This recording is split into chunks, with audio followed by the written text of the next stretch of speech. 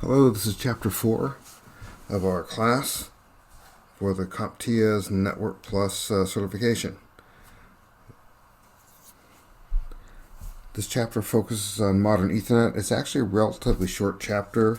The book probably has it longer than it needs to be, largely because it can be summarized in usually one table. We're going to just go over that table. I've summarized most of the chapter in one table. We'll get to that in a few slides. We're going to review the identification of Ethernet. So we're going to have a quick refresher of our Ethernet identification. How to identify the bandwidth of the network we're working with, along with the type of media.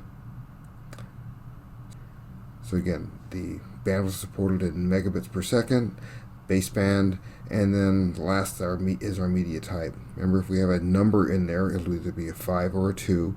That's coaxial cable, 500 meters for the 10 base 5, or 10 base 2 is 185 maximum cable length. T or TX is for unshielded twisted pair. And F, S, L, or E is for fiber optic cable.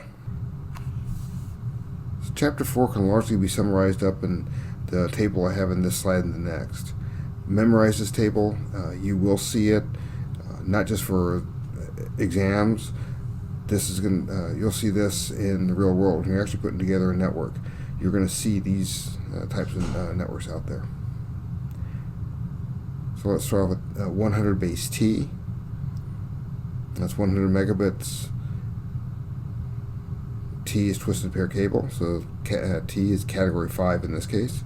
Maximum cable distance is 100 meters, and we do have support for auto negotiation of both speed and duplex.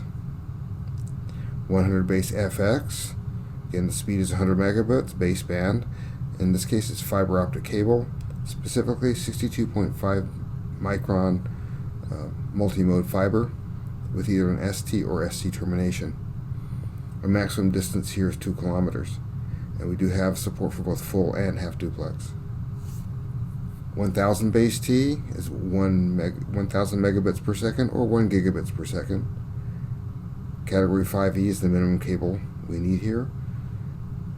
Remember, it's category 5E, not 5. So category 5E for 1000 base T. Our cable distance maximum is 100 meters. Maximum distance, that's from your electronic device, say a laptop, to the switch. 1000 base SX is 1 gigabit per second, or again 1000 megabits per second, using either 62.5 or 50 micron multi-mode fiber optic cable. If we're at 62.5 microns, that's the 220 meter distance. If we're using 50 micron multi-mode fiber, we're at 500 meters, using an 850 nanometer LED laser. 1000 base LX is 1 gigabits per second, single mode fiber optic cable, and either 5 kilometers or 70 kilometers with repeaters, and we use a 1310 nanometer laser.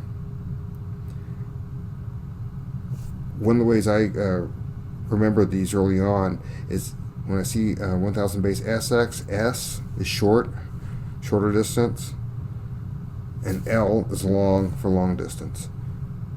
That's the way I memorized it when I was new to the industry. And 10G base T is 10 gigabits per second using category 6 or 6A cable.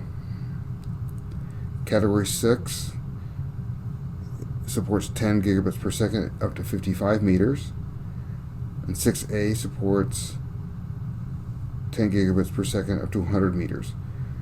In this case, all 4 cables in our Cat 6, or all 4 pairs of cable, all 8 cables, all 8 pins are used in our cable, and it supports full duplex only.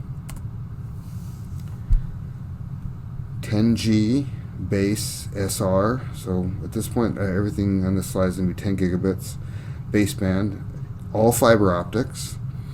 SR is multi-mode fiber optic cable.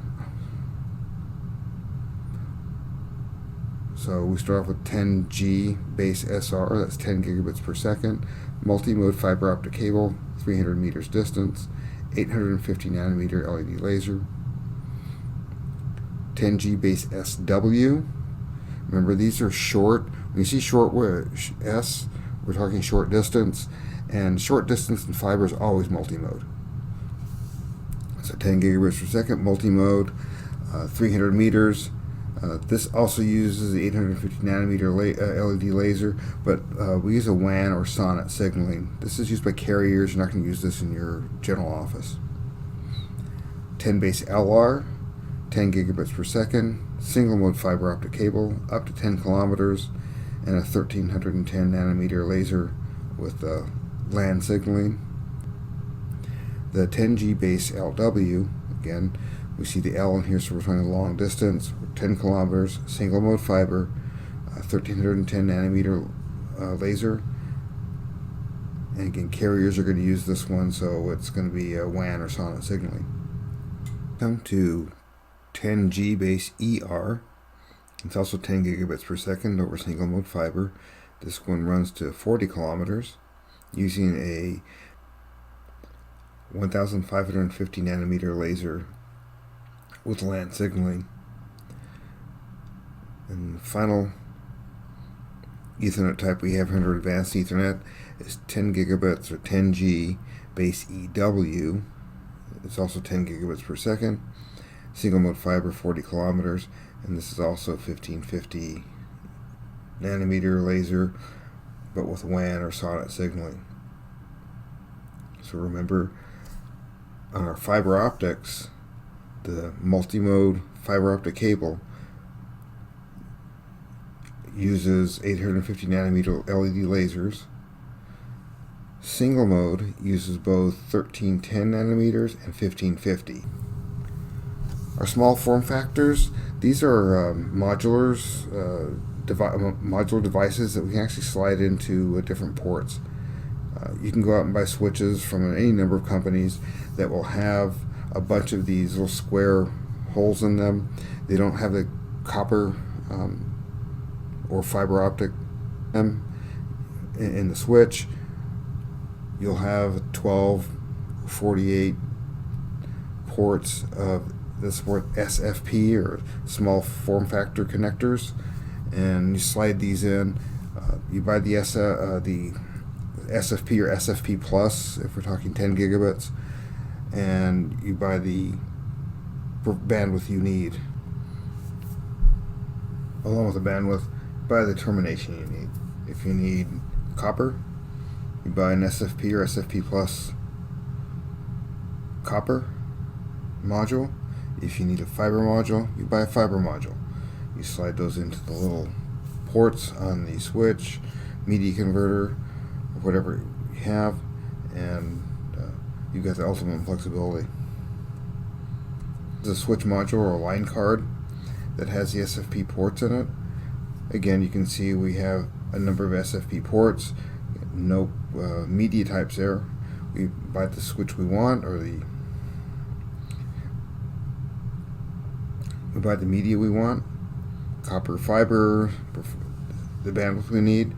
We slide it in, and we program the switch.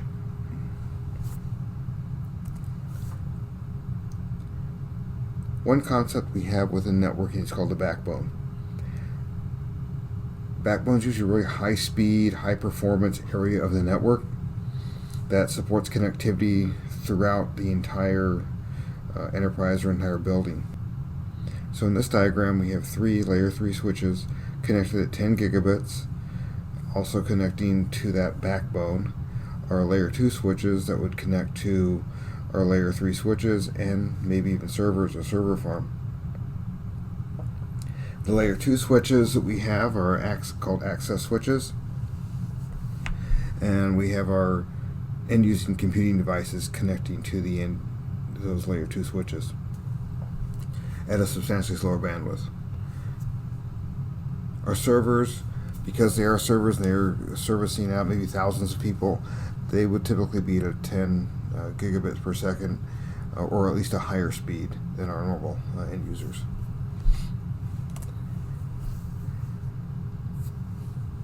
The one thing we say about Ethernet and networking in general is it's in a constant state of change. New companies enter the market on a regular basis with new technologies, new feature sets, and of course more bandwidth. When talking of higher bandwidth networks, in 2010 the IEEE established the 802.3BA subcommittee, which established standards for both 40 gigabits per second Ethernet and 100 gigabits per second Ethernet, which are becoming really common in data centers. That's it for Chapter 4. So, short chapter this week, and we'll go into Chapter 5 in the next video.